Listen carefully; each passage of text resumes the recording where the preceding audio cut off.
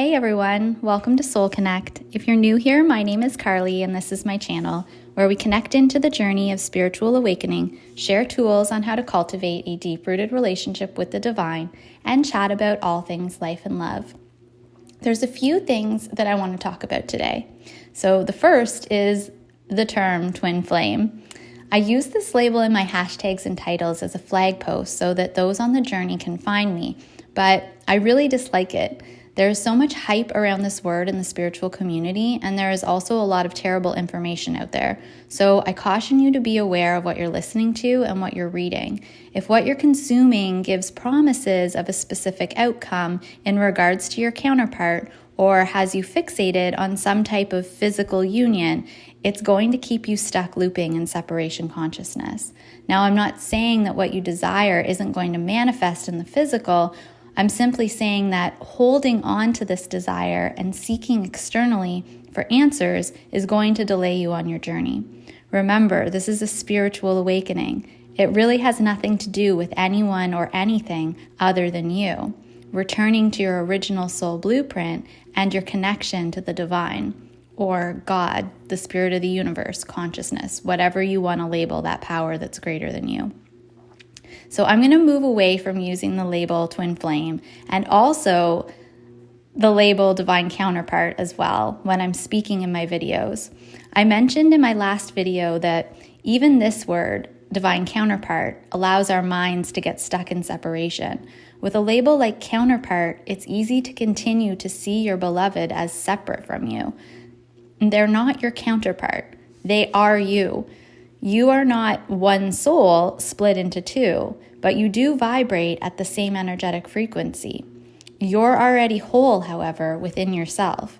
You do not need to physically join to be complete or complete your soul's mission.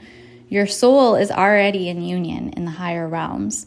The key here is to shift out of the thought patterns that keep you stuck believing in separation or that something outside of you can complete you or make you feel good. This idea that anything outside of you can bring you peace, serenity, and love, the love that you so crave, is keeping you in separation consciousness. It's keeping you stuck holding on to low-density emotions and stuck focused only on what is happening in the physical or what you can see and hear and taste and touch and smell. And this journey is one of shifting beyond these five senses. On a grand scale, your beloved is not the only one you share consciousness with. We all vibrate at different energetic frequencies, but we all have the ability to change our frequency whenever we choose, should we change our perspective.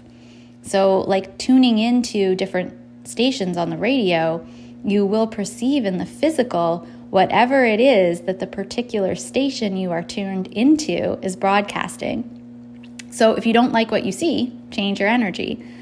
This is a practice in changing your perspective on things. Someone asked in a comment the other day if she could be sitting in core wounding and still be in soul. The answer to this is no, not really. And this is actually a good example of where you can begin to change your perspective. Wounding is another word that I've really grown to dislike, as it's attached to the past. But the past is only an illusion of the mind. So is the future. They don't really exist. The only moment we ever really have is the one that we are in right now. Your core wounding is really just a set of beliefs you carry either consciously or subconsciously about yourself and the world, created by the culture in which you grew up in, your family dynamic, experience you had as a child, and the list goes on and on. These beliefs create feelings in the present moment that are triggered by events such as your beloved leaving or blocking you or ghosting you, amongst other things. But the thing is, feelings are just feelings. They're not who you are. But because you hold core beliefs around who you are, you attach onto these feelings as a part of your identity and do not allow them to simply flow through. Emotions are simply energy in motion, emotion. They will come and go, and they're created by your thoughts. They're not who you are. You may see them as a part of your identity through the personality or ego, but this is simply the stage character that has come into creation through your physical form.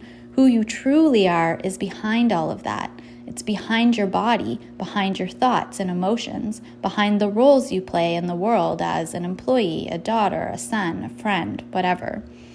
It's behind your astrological sign and the energetics attached to that too. You are the soul. You are pure consciousness.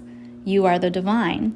And everything and everyone is a part of you because they are also a part of the divine.